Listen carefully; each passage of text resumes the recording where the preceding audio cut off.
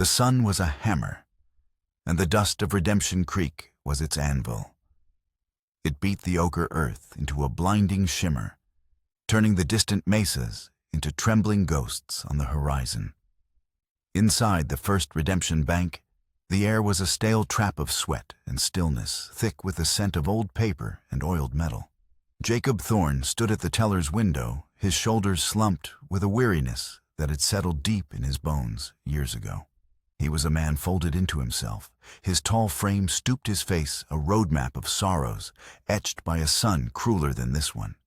He did not look like the man he once was, a U.S. Marshal whose name had been a prayer on the lips of the just and a curse on the tongues of the wicked. He looked like what he was, a widower, cashing a small pension, a ghost haunting the edges of his own life. The quiet was the first thing to break. It did not shatter. It was sliced open clean and sharp by a voice that was too smooth, too cultured for this blistered corner of the world. "Ladies and gentlemen," the voice crooned from the doorway, a silken sound that made the hairs on Jacob's neck stand at attention. "Your cooperation would be a most appreciated investment in your continued good health." Jacob turned slowly, his hand instinctively twitching toward a hip that no longer carried the weight of a peacemaker. 4 men stood framed in the brilliant, brutal light of the doorway. They wore dusters and grim, determined faces. But it was their leader who held the room captive. He was a tall man, lean and elegant, with a neatly trimmed beard and eyes that glittered with a chilling intelligence. He held a silver-plated Colt with the casual grace of a conductor holding a baton.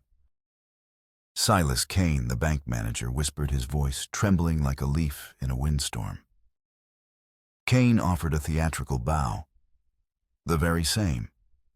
Now, if you'll all be so kind as to move to the center of the room, my associates will handle the financial transactions."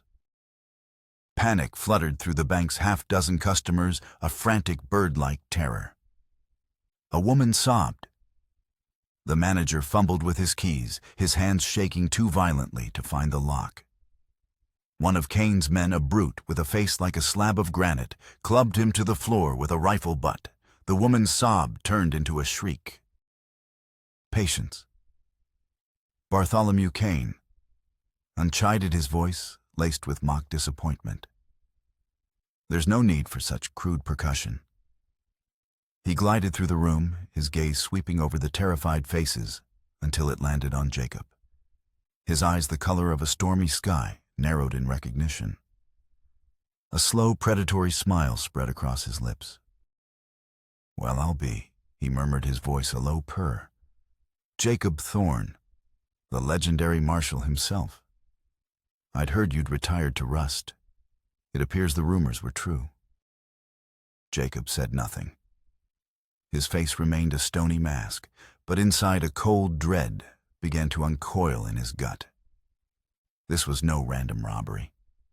Kane's eyes were not those of a man surprised to find a former lawman in his path. They were the eyes of a hunter who had just cornered his prey. As his men stuffed canvas bags with currency, Silas Kane walked directly to Jacob. He stopped so close that Jacob could smell the faint, incongruous scent of lavender water on his collar. "It's been a long time, Marshal. You may not remember me, but I assure you, I remember you with perfect clarity."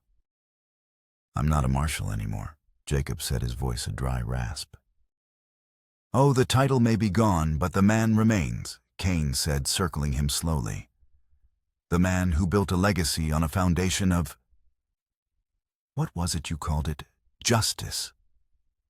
He spat the word as if it were poison. "I am here today to make a withdrawal, not just from this bank's coffers, but from yours as well." Kane's hand shot out not for Jacob's wallet, but for the chain around his neck. He yanked it free, the fine silver links biting into Jacob's skin.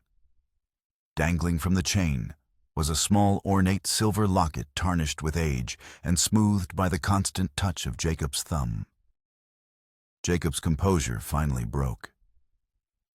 A guttural sound of protest escaped his lips as he reached for it. but one of Cain's men slammed a pistol into his ribs, driving the air from his lungs. Jacob staggered back, gasping. Silas Cain held the locket up to the light, his smile widening. He clicked it open with a manicured thumbnail. Inside, protected by a tiny pane of glass, was a miniature portrait of a woman with kind eyes and a gentle smile that had died 5 years ago. Sarah. Ah, yes, Cain breathed, his voice dripping with false sympathy. The lovely Sarah. Such a tragedy what happened to her. A memory for a memory, Thorn. Seems a fair exchange, don't you think? Give it back, Jacob growled, the words clawed from his throat. It was the only thing he had left of her, that he could hold, the only image that hadn't been warped by the smoke and fire of his nightmares. All in due time, Cain said, snapping the locket shut and slipping it into his vest pocket. But first you must remember. You must feel what it is to have the last precious thing ripped away from you. This is merely the down payment. He turned to his men. We're finished here. They backed out of the bank, their guns still trained on the frozen tableau of terror. As he reached the door, Silas Cain paused and looked back at Jacob, his eyes burning with an ancient, unholy fire. This is not about money, Marshal, he said, his voice carrying across the silent room. This is about balancing the books. Then he was gone, swallowed by the unforgiving sun, leaving behind a looted bank, a terrified town, and a broken man whose last connection to a life worth living had just been stolen by a ghost from his past. Jacob Thorn stood alone in the center of the room, the raw, empty space on his chest colder and heavier than any bullet wound. The dust settled, and in the suffocating quiet, he finally understood. His retirement was over. The town of Redemption Creek held its breath. After the Cain gang had vanished into the shimmering heat, a nervous energy had taken hold, buzzing through the saloon and the general store like a trapped fly. The raid had been swift, brutal, and most unnervously personal. Every soul in that bank had seen the way Silas Cain had singled out Jacob Thorn. Jacob's house stood at the edge of town, a simple clapboard structure bleached pale by the sun. It was a place of monastic quiet, a shrine to a life that had ended long before his heart had stopped beating. Inside, the air was cool and still tasting of wood smoke and solitude. Every object had its place, a testament to a man trying to impose order on a world that had spun into chaos 5 years ago. He sat at the small kitchen table, his large hands resting on the worn wood. On the wall opposite him hung a single framed photograph of the only other one he had of Sarah. It was their wedding picture. A young, proud Jacob in his new marshal's uniform, and Sarah, radiant, her smile a promise of a future that had turned to ash. He stared at it, but his mind's eye saw only the mocking smile of Silas Cain and the glint of the silver locket in his hand. That locket had been Sarah's last gift to him. So you can carry my smile with you wherever the law takes you. She had said, her voice as warm as the summer day they had picnicked by Miller's Creek. He had carried it through gunfights, blizzards, and lonely nights on the trail. It had been his talisman, a tangible piece of the peace that awaited his return. Now it was gone. His guilt was a physical presence in the room, a shadow that clung to him even in the brightest light. It whispered to him in the quiet hours of the night, its voice laced with the smell of smoke and the memory of searing heat. The fire. It had been an accident, the official report said. A stray ember from the hearth. But Jacob knew better. He had been 100 miles away, tracking a band of rustlers when it happened. He should have been home. He should have fixed the loose brick in the chimney Sarah had mentioned. He should have been there to pull her from the flames. The should-haves were the nails in the coffin of his soul. He had retired the day after he buried her, hanging up his star and his gun belt, trading a life of purpose for one of penance. The townsfolk treated him with a delicate reverence. They remembered the marshal who had tamed this territory, but they saw the shell that remained. They offered him condolences that felt like accusations and gave him a wide berth as if his grief were a contagion. A knock at the door startled him from his reverie. It was Sheriff Miller, a good man whose ambition had outpaced his ability. He was young with an earnest face and a habit of running a hand through his hair when he was flustered, which was often. He held his hat in both hands, turning the brim over and over. "Jacob," he began, his voice uncertain. "Sorry to bother you. I know I know you keep to yourself." Jacob gestured him in with a tired nod. "What is it, Ben?" "It's Kane," the sheriff said, stepping inside and letting the door swing shut. "He's not just a bank robber. The telegraph's been clicking all afternoon. He hit a stagecoach near Willow Bend last week and a mining payroll up north before that. He's leaving a trail of bodies. I'm out of my depth, Jacob. My deputies are good boys, but they're not trackers. They're not gunfighters. We need you." Jacob's face remained impassive. "My gunfighting days are over, Sheriff. I'm a pensioner, not a lawman." I know that Miller pressed his desperation, making him bold. But this is different. Kane knew you. He went right for you. This is personal. He took something of yours, didn't he? I saw it. The words hung in the air between them. Jacob's jaw tightened. The locket wasn't just a thing. It was a sacred relic. "He called you Marshal." Miller continued, sensing a crack in Jacob's armor. "He's taunting you, Jacob. He wanted you to know that he could walk into your town, into your life, and take whatever he pleased. I can't track him. My posse would be riding into a slaughter. But you can find him. You know these lands better than any man alive." Jacob stood up and walked to the window, staring out at the unforgiving landscape that stretched to the edge of the world. For 5 years, he had done nothing but wither. He had accepted his fate as a man whose story was over. But Silas Kane had changed that. He had desecrated a memory. He had declared war not on the law, but on Jacob Thorne himself. The old instincts, long dormant, began to stir. The familiar weight of responsibility, the cold calculus of the hunt. He had no interest in justice, none in protecting the territory. But the thought of Kane's smug fingers touching Sarah's locket, his cruel eyes looking upon her smile, that was an obscenity that could not be borne. "I'm not doing this for the town," Ben Jacob said, his voice low and hard, turning back from the window.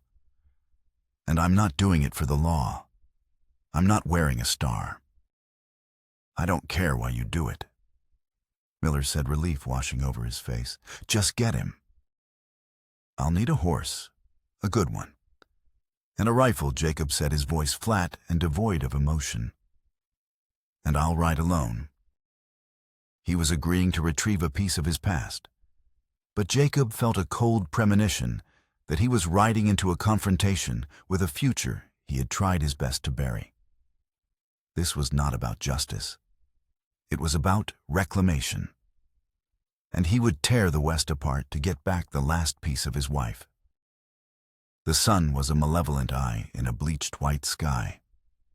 Jacob rode north, away from the relative civilization of Redemption Creek, and into the stark, brutal beauty of the Badlands.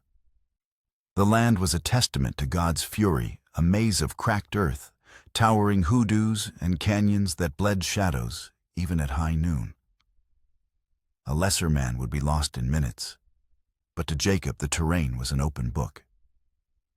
He saw the subtle language of the wild, a turned stone, a broken branch, and the faint impression of a shod horse in the packed dirt. For 2 days, he tracked the Kane gang, his mind falling into the familiar, meditative rhythm of the hunt. The rust that had settled on his skills began to flake away, revealing the keen edge of the lawman he had been. He ate little, slept less, fueled by a cold, singular purpose. He was not a man anymore. He was a function, an instrument of retrieval. He found their trail leading into the narrow mouth of Diablo's Maw, a winding canyon known for its treacherous rockfalls and sudden dead-end passages. It was a perfect place for an ambush. The old Jacob would have been wary, sending a scout ahead or circling around to find a higher vantage point. But this Jacob, the one driven by a hollow ache in his chest, was impatient. The locket was close. He could feel it. He urged his horse forward, his Winchester rifle resting across his lap. The canyon walls rose steeply on either side, the sliver of sky above a searing, indifferent blue. The air was unnaturally still, and the only sound the clatter of his horse's hooves on the rocky ground. It was too quiet. The birds had fallen silent. The insects had ceased their chirring. The feeling came a second before the sound, a prickling on his skin, a ghost of a whisper in the air. Jacob reined in his horse, his eyes scanning the ridgeline above. He saw nothing but rock and stunted sagebrush. Then the sharp crack of a rifle echoed through the canyon, and a chip of rock exploded from the wall just inches from his head. Instinct took over. Jacob threw himself from the saddle, rolling behind a cluster of boulders as a hail of bullets ripped through the air where he had been a moment before. His horse screamed a terrible, high-pitched sound and collapsed in a heap, its life pouring out onto the thirsty ground. Pinned down, outnumbered, and on foot. A textbook trap. Silas Kane had not only anticipated him, he had orchestrated this with a strategist's precision.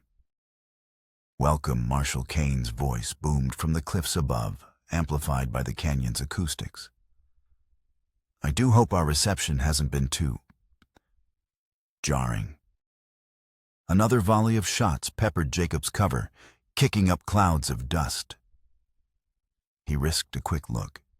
He could see at least 3 riflemen perched on the ridge, their positions carefully chosen to create an inescapable crossfire. There was no way forward, no way back. You've gotten slow in your old age, Thorn Kane taunted, his laughter echoing around the canyon. The man I remember would have smelled this trap a mile away. Grief does dull the senses, I suppose. Jacob ignored him, his mind racing. He was exposed. His only advantage was the element of surprise. They thought he was pinned. He slowly, carefully pushed his hat out from behind the rock on the end of his rifle barrel. Immediately, 2 bullets tore through it. While their attention was on the decoy, he moved. Scuttling like a crab, he slid from behind the boulders into a shallow, narrow crevice in the canyon wall he had spotted earlier. It was barely wide enough for his shoulders, but it offered protection from the direct line of fire. He pressed his back against the rough stone, his breath coming in ragged gasps, and listened. The shooting stopped. Come now, Marshal Kane's voice called out, a note of impatience creeping in. Don't be shy. We have so much to reminisce about. Silence. Jacob knew they would be getting nervous. An unseen enemy was far more dangerous than a cornered one. He waited, letting the silence stretch, letting their confidence curdle into uncertainty. Minutes crawled by each one, a lifetime. The sun beat down, turning his rocky refuge into an oven. Then he heard it. The faint scrape of a boot on gravel. They were coming down from the ridge to flush him out. One of them, the brute who had clubbed the bank manager, appeared at the mouth of the crevice, his rifle held at the ready. His eyes were wide, trying to pierce the deep shadows where Jacob was hiding. Jacob didn't hesitate. He fired a single shot from his Colt. The sound was deafening in the enclosed space. The man grunted, a look of profound surprise on his face, before crumpling to the ground. Bartholomew, a voice shouted from further down the canyon. Jacob used the confusion to move again. He scrambled out of the crevice and sprinted across the open ground, diving behind the carcass of his dead horse. Bullets whizzed past his head, thudding into the cooling flesh of the animal. He had better cover now, but he was still trapped. He had to change the equation. From his new position, he could see one of the riflemen on the ridge reloading. It was a fatal mistake. Jacob brought his Winchester to his shoulder, took a steadying breath, and fired. The man on the ridge jerked backward and disappeared from view. 2 down. But Kane and at least one other remained. Impressive, Kane's voice shouted, though it sounded closer now. He was moving flanking. You still have some fire in you, old man, but this canyon will be your tomb. Jacob knew he couldn't stay put.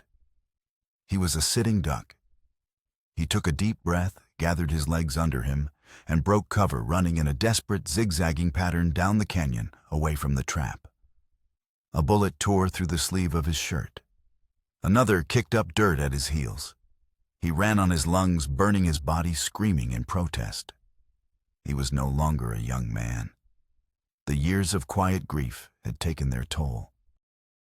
He rounded a sharp bend in the canyon and scrambled up a steep rockfall, clawing his way to a small ledge about 20 feet up. From here, he had a clear view back down the canyon pass. He lay flat on the hot rock, his rifle ready, and waited. A few moments later, the last of Kane's men came into view, moving cautiously. Jacob took his time, aimed carefully, and fired. The man dropped without a sound. Silence descended once more, thick and heavy. Only Silas Kane was left, but he was nowhere to be seen. "A brilliant display of your old talents," Thorn Kane's voice said, seemingly from nowhere, "but you've only succeeded in isolating yourself." Jacob scanned the canyon walls, the ridge, the shadows. Nothing. Kane was a ghost. "You came for a locket?" The voice continued, smooth and conversational. "But you've stumbled into a reckoning. You see, this isn't just a robbery. It's a lesson. A history lesson." A rock clattered somewhere above and behind him. Jacob spun around, bringing his rifle up, but it was too late. Silas Kane stood on a higher ledge, his silver-plated Colt aimed squarely at Jacob's chest. He hadn't been trying to flank Jacob. He had been maneuvering him, herding him to this exact spot. "Checkmate," Marshal Kane said with a triumphant smile. But instead of firing, he simply watched Jacob, his eyes glittering with a strange, feverish light. "I could kill you now," Kane said softly. "But that would be too simple, too merciful. No, I want you to live with this. I want you to know that I can touch you whenever I want. I want you to retrace the steps of your glorious career and see the rot that festered beneath it." With that, he lowered his gun, gave a sardonic salute, and disappeared back over the ridge. Jacob remained on the ledge, his body trembling with adrenaline and exhaustion. He had survived, but he had lost. The ambush hadn't been about killing him. It had been a message. Silas Kane was not just a smarter, more dangerous outlaw than any he had ever faced. He was a phantom with a purpose, and that purpose was inextricably linked to Jacob Thorne's past. Shaken and wounded, Jacob understood that retrieving the locket would mean unearthing graves he had long since prayed would remain buried. The long walk back to Redemption Creek was a pilgrimage through a personal hell. Each step on the scorching earth was a reminder of his failure. He had lost his horse, expended precious ammunition, and walked away with nothing but a deeper, more chilling understanding of his adversary. When he finally stumbled into town, covered in dust and blood from a shallow graze on his arm, he looked like a man who had wrestled with demons and lost. He ignored the stunned stares of the townsfolk and went straight to Sheriff Miller's office. He needed answers, and the only place to start was the past. "He let me live," Jacob said, his voice raspy as he splashed water on his face from a basin in the corner. "He had me dead to rights, and he walked away. Said this was a history lesson." Sheriff Miller looked at him, his young face etched with concern. What does that mean? It means his targets aren't random, Jacob said, pulling out a map of the territory and spreading it on the sheriff's desk. He began to mark the locations of Kane's known robberies. The bank in Redemption Creek, the stagecoach near Willow Bend, the mining payroll up north. Look, Jacob said, his finger tracing a line between the points. The bank is a stone's throw from the old territorial courthouse where I testified against the Guthrie brothers. The stagecoach route runs right past the spot where I captured Gentleman Jack Riley. And that mining company, I saved it from a hostile takeover by a gang of hired guns back in '72. These aren't just robberies, Ben. They're desecrations. He's targeting my legacy. A cold realization dawned on Miller's face. He's unmaking your career. Worse, Jacob corrected. He's rewriting it, turning triumphs into tragedies. For the next few days, Jacob immersed himself in the dusty archives of his own life. He pored over old case files, newspaper clippings, and his own meticulously kept journals from his time as a marshal. The words on the yellowed pages were written by a different man, a man full of certainty and a rigid belief in the clear line between right and wrong. Reading them now felt like reading a stranger's biography. He began to see a deeper, more disturbing pattern. The people Kane's gang had killed were not random casualties. The stagecoach guard was the son of a man who had been a key witness in the Riley trial. The bank manager, Kane's man, had pistol-whipped. His father had been the judge who sentenced the Guthrie brothers to hang. Silas Kane was not just attacking locations. He was systematically targeting the descendants and associates of people from Jacob's past. This was a vendetta of generational scope, executed with the patience of a spider weaving its web. His investigation led him to the telegraph office, where he sent coded messages to old contacts, retired lawmen, informants, even a few reformed outlaws who owed him their lives. He asked about Silas Kane, about anyone with a vendetta tied to his old cases. The replies trickled in over the next few days, painting a picture of a ghost. No one had heard of a Silas Kane before 6 months ago. He had appeared out of nowhere with a well-equipped gang and an uncanny knowledge of the territory. It was a telegram from a retired marshal in Kansas that provided the first real clue. The message was cryptic. No Kane, but ask about the fire at Blackwood Ridge. Same time your Sarah died. Another family lost. Name of Donovan. Blackwood Ridge. The name hit Jacob like a physical blow. It was the settlement nearest to his and Sarah's homestead. He had known there was a fire, of course, the same tragic night. A wildfire, the authorities had called it, sparked by a lightning strike in a dry season. It had consumed his home, his wife, and he had been told a neighboring farmstead. He had been too consumed by his own grief to inquire about the other victims. He found the official report in the county records. It was thin, barely a page long. It listed the victims at the Thorne homestead, Sarah Thorne, and at the neighboring Donovan farm, Elias Mary and Thomas Donovan. The cause of death for all was listed as accidental fire. Jacob stared at the names. Donovan. He had never met them. They had bought the land a few months before the fire newcomers to the area. He felt a pang of his old guilt sharper this time. He had been so lost in his own sorrow that he had never even acknowledged the loss of an entire family who had perished in the same blaze. He returned to the site of one of Kane's recent attacks, the plundered mining office. He walked the ground again, no longer as a tracker, but as an investigator looking for something out of place. This time, he found it. Tucked beneath a loose floorboard, almost as if it had been left for him to find, was a small, tattered object. It was a photograph, its edges charred and blackened. It depicted a smiling man and woman, with a young boy between them. On the back, written in a faint feminine hand, were the words, Elias, Mary, and Thomas. Summer of 76. The Donovans. Jacob stood under the harsh sun, the burnt photograph in his hand, and the pieces began to slam into place with the force of a physical impact. Silas Cain wasn't his real name. It was an invention. The real man was a survivor of that fire or someone connected to it. He was a ghost from Blackwood Ridge. He wasn't just attacking Jacob's legacy as a marshal. He was attacking Jacob's life, a life that had continued while the Donovan families had been extinguished. The world seemed to tilt on its axis.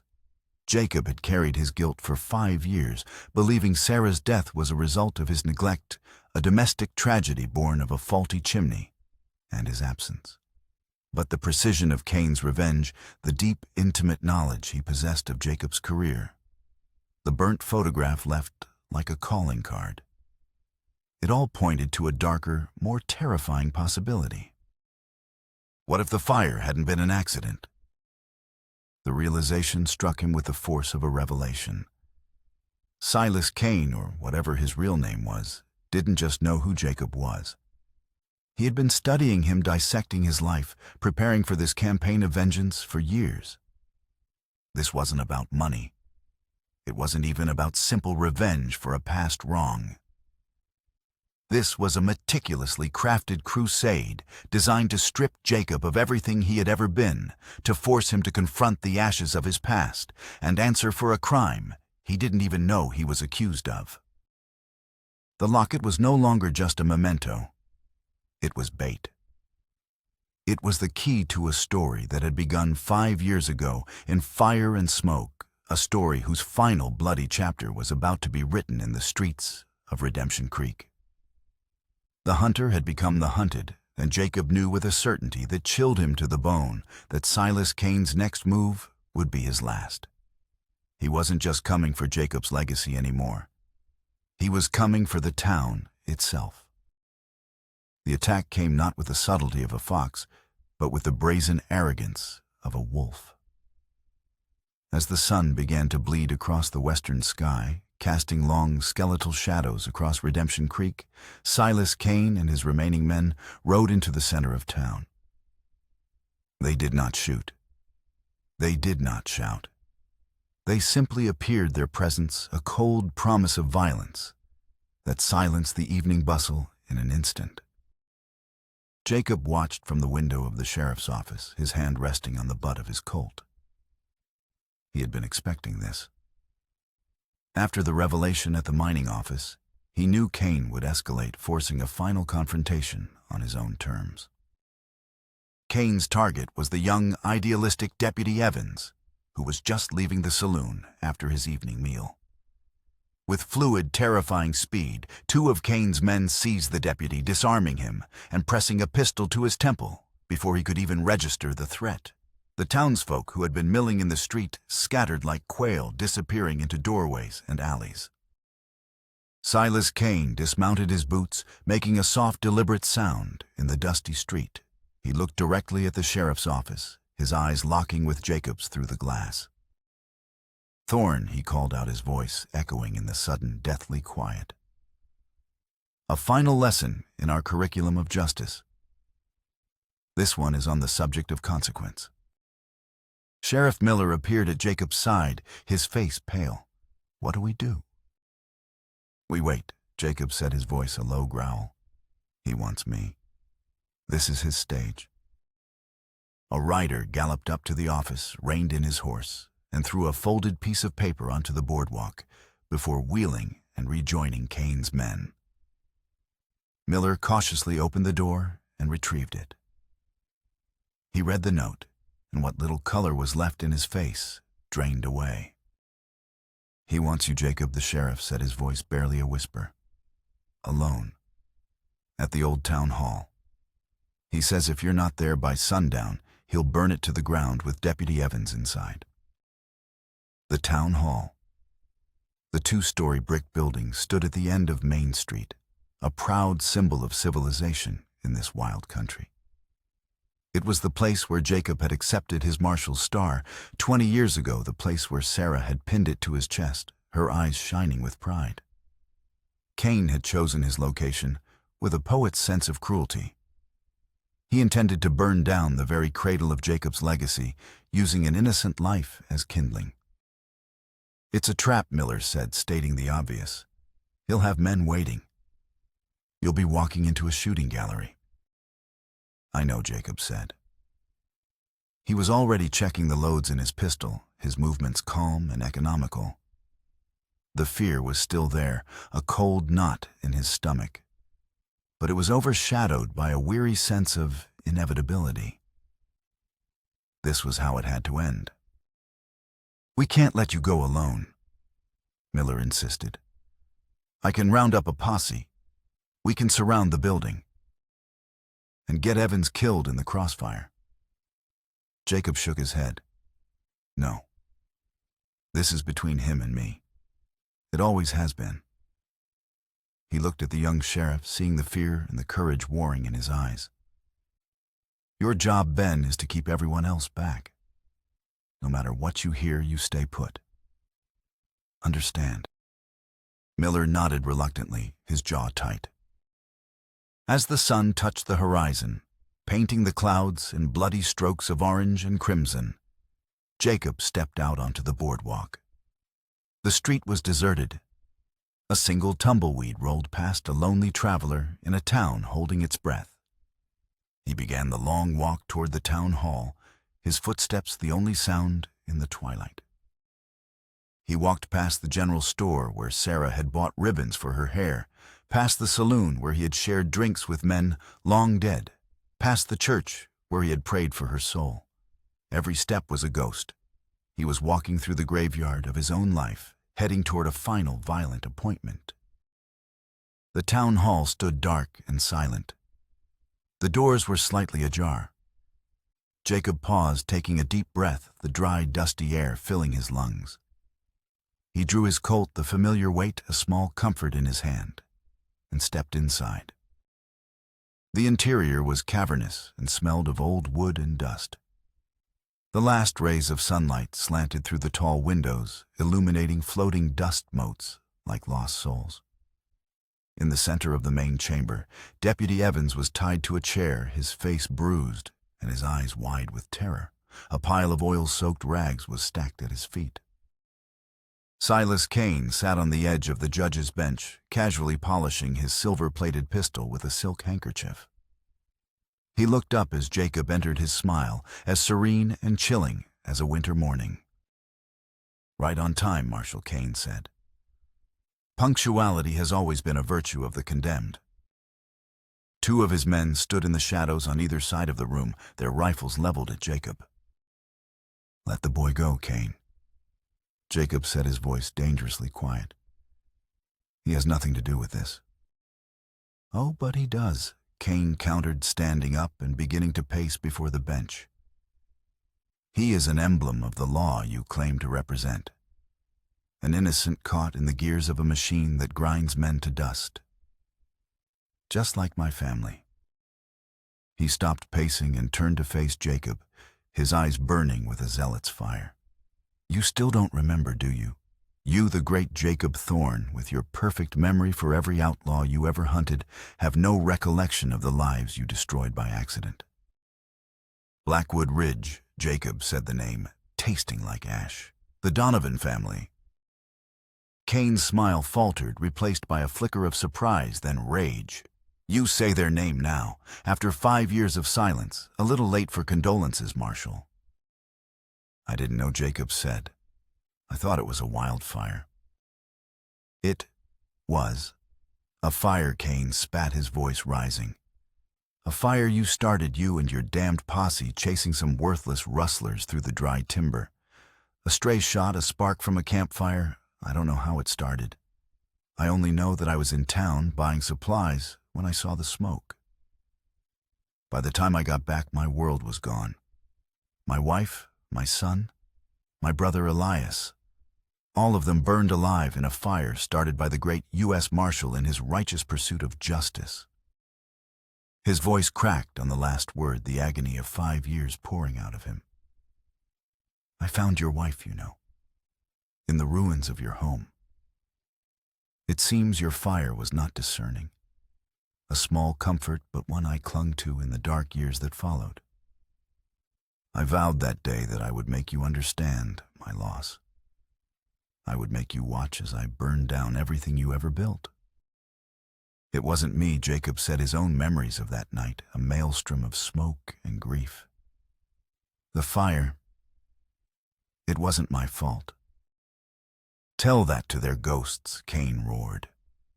He ripped a document from his coat pocket and threw it at Jacob's feet. Or perhaps tell it to him. Jacob glanced down.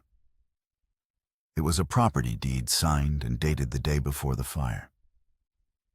The name on the deed made the air freeze in his lungs, Marcus Thorne. A wealthy land baron from back east, a man known for his ruthless acquisition of territory. The deed was for a parcel of land that included both the Thorne homestead and the Donovan farm. Cain laughed a high, unhinged sound. It seems we had a mutual acquaintance, Marshal. A man who wanted our land so badly he was willing to burn us out to get it. I found that in the county records a year ago. But it was too late. My hate for you was all I had left. It was purer, cleaner. It was easier to blame the hero than to chase a rich man's shadow. The truth in all its devastating complexity slammed into Jacob. The fire hadn't been an accident, and it hadn't been his fault. It had been arson, murder, a land grab by a man whose name was an ironic twist of the knife. He and Silas, or Donovan, whoever he truly was, were not killer and victim. They were both pawns in a richer man's game. At that moment, a sandstorm which had been brewing on the horizon all evening hit the town with the force of a physical blow. The wind howled, rattling the windows of the town hall. Sand and dust poured through the cracks, obscuring the last of the dying light. The world outside vanished into a churning brown chaos. Cain seemed to welcome the storm, spreading his arms as if embracing an old friend. The heavens themselves cry out for a reckoning, he yelled over the roar of the wind. He gestured to his men. Kill him. The room exploded in a deafening cacophony of gunfire and shrieking wind. The world dissolved into a maelstrom of noise and stinging sand. Jacob dove behind a heavy oak table as bullets splintered the wood around him. The air grew thick with gunpowder and dust, and the dim light from the windows choked into near-total darkness. He could hear the storm raging outside, a wild elemental fury that mirrored the chaos within. Through the haze, he saw one of Cain's men moving to get a better angle on him. Jacob fired twice, aiming for the muzzle flash. A strangled cry and the heavy thud of a body hitting the floor told him his shots had found their mark. You see Thorne, Cain's voice bellowed disembodied in the swirling dust. This is how justice feels. It is blind and furious. Jacob knew he couldn't stay put. He scrambled from behind the table using the storm's chaotic cover to move to the side of the room. He flattened himself against the wall near the shadowed doorway of a small office. He needed to separate Cain from his remaining man. The other gunman, unnerved by the darkness and the sudden silence from his partner, fired a wild shot toward the last place he'd seen Jacob. The bullet ricocheted off the brass plaque on the judge's bench with a high-pitched whine. From his new position, Jacob had a clear line of sight. He took a breath, held it, and squeezed the trigger. The second gunman crumpled against the far wall and slid to the floor. Now it was just him and Cain, and the boy. An impressive display of your savage talents, Cain's voice said, closer now. Jacob could hear him moving near the center of the room. But it changes nothing. A match flared in the darkness. Silas Cain stood beside the terrified deputy, the small flame illuminating his face, turning it into a demonic mask of grief and madness. He held the flame above the pile of oil-soaked rags. My family burned, he whispered, his voice trembling with a terrible, ecstatic sorrow. "It seems only fitting that a symbol of your law should burn with them." Donovan stopped, Jacob said, stepping out from the shadows, his gun leveled. "The man who did this to us is Marcus Thorne. Your enemy is not in this room." "He is Cain," screamed, his composure shattering. "My enemy is the man who lived while my son died. My enemy is the legacy that allowed this to happen." He lowered the match. Jacob fired. Not at Cain, but at the small oil lamp on the far side of the judge's bench. The glass shattered, and the room was plunged back into absolute darkness. In the same motion, he dove forward, tackling the chair the deputy was tied to, sending them both crashing to the floor, just as Cain's pistol roared and the bullet meant for Jacob's heart burying itself in the wall behind them. Jacob rolled, cutting the deputy's ropes with the knife from his boot. "Get out!" he yelled over the storm. "Go!" The young man scrambled away, disappearing into the swirling dust toward the door. Jacob rose to face Cain in the near-total blackness.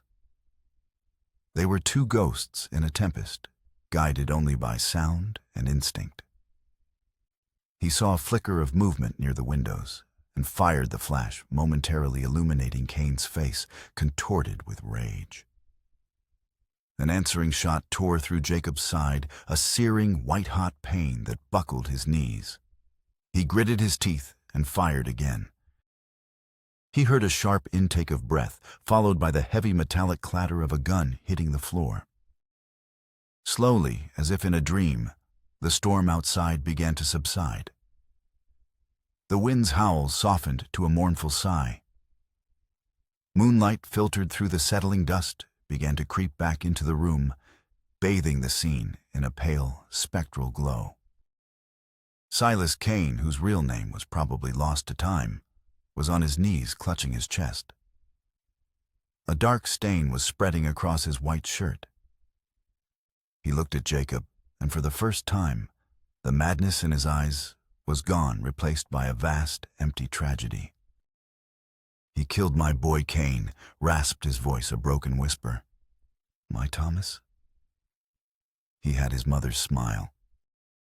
Jacob limped toward him, his own blood soaking his shirt and the pain in his side a dull, heavy throb. He knelt in front of the dying man. He saw no villain, no monster.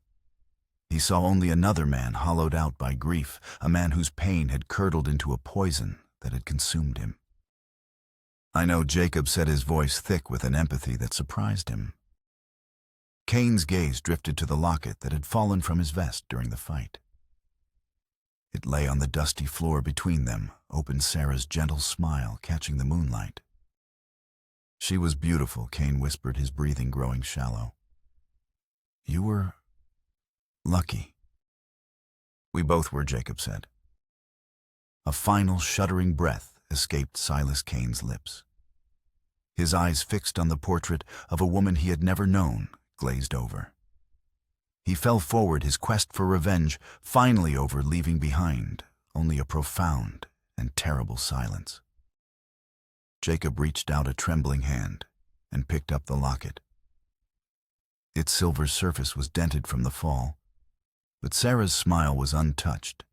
He snapped it shut, the click echoing in the vast, empty hall. He had his locket back. He had the truth. But there was no victory here. There was only the shared, desolate landscape of loss. The storm had passed. Outside, the first stars were beginning to appear in a sky washed clean by the wind. Jacob Thorne, wounded in body and soul, stood up and began the slow, painful walk back into a world he now had to learn to live in all over again. Dawn broke over Redemption Creek, the rising sun illuminating a town scoured clean by the storm. The wind had stripped away the dust, revealing the town's weathered bones. It felt like a morning of new beginnings, a fragile peace earned at a terrible cost. Sheriff Miller and a small posse found Jacob in the town hall, sitting on the floor, his back against the wall, the silver locket clutched in his hand. The bodies of Cain's men lay where they had fallen, and Silas Cain himself lay at the foot of the judge's bench, a silent testament to the destructive power of misdirected grief. Jacob Miller rushed to his side, seeing the blood-soaked shirt. "You're hit." "It'll keep Jacob," said his voice, weary. He pushed himself to his feet, handing the deed he'd taken from Cain's body to the sheriff. "The man we're looking for is named Marcus Thorne. This is his signature. He's the one who set the fire on Blackwood Ridge. He murdered my wife. He murdered the Donovan family." He recounted the story in a flat, tired monotone, the words tasting like ash and old sorrow. Deputy Evans, his face still pale, but his eyes full of a new sober respect for the man who had saved him, corroborated the events of the shootout. The evidence was irrefutable. Within the hour, the telegraph wire was humming with a message to the federal marshals in the territorial capital. The wheels of true justice, slow but inexorable, began to turn. Jacob allowed the town doctor to patch him up, his mind distant and detached. The townsfolk who had once pitied him now looked at him with a mixture of awe and gratitude. He had saved the town. He had faced down the devil himself and won. But Jacob felt no triumph. The victory was as hollow as the ache in his heart. He recovered the locket from where he had set it on the table. The silver was tarnished by gunpowder and dented from the fight, its imperfections a new part of its history. He held it, the metal warm against his skin, a tangible link to a past that was no longer shrouded in the fog of his own guilt. He was innocent of Sarah's death. The knowledge should have been a liberation, but instead it felt like a burden of a different kind, the burden of a truth discovered too late. A week passed. Word came that Marcus Thorne had been arrested in Denver, his vast empire built on a foundation of violence and corruption finally beginning to crumble. The news caused a stir in the town, but Jacob felt nothing. His war was over. It was Sheriff Miller who brought him the last piece of the puzzle. Among Silas Cain's personal effects found in his saddlebags was a small leather-bound journal. "I thought you should have this," Miller said, handing it to Jacob. "It seems personal." That evening, Jacob sat in his quiet house and read the journal. It was not the ranting of a madman, but the heartbroken chronicle of a man consumed by loss. It detailed Cain's, or rather Donovan's, love for his wife and son, his happy life before the fire. And it detailed his descent into vengeance, his suspicion of the land baron slowly twisting and hardening into a diamond-hard certainty of Jacob's guilt. The hero lawman was an easier, more tangible target for his rage. The last entry was written the night before the raid on Redemption Creek. "Tomorrow I will face the man who took everything from me, and in the fire of his legacy I will finally find peace. May God forgive me, for I cannot forgive him." Jacob closed the journal. He finally understood the man he had killed. Not a monster, but a mirror image of himself twisted by a different path of grief. They were both victims of the same fire. The next morning, he walked to the small cemetery on the hill overlooking the town. The sun was warm, the air clear. He stood before Sarah's grave, the simple wooden marker he had carved himself 5 years ago. For a long time, he just stood there, the silence broken only by the whisper of the wind through the tall grass. He spoke to her then, his voice low and cracked with emotion, telling her everything. He told her of his guilt to the weight he had carried for 5 years. And he told her of his innocence, the terrible, liberating truth. He told her about the Donovans, the other family lost to the flames, and about the man whose grief had become a storm that had almost consumed them all. He took out the locket and opened it one last time, looking at her smiling face. "I'm sorry it took me so long to clear your name," he whispered, though he knew he was really talking to himself. "To clear our name. With a sense of finality, he placed the locket on the smooth, weathered wood of the headstone. It was not a goodbye. It was an offering, a symbol of a memory now cleansed of guilt, a love that could finally rest in peace.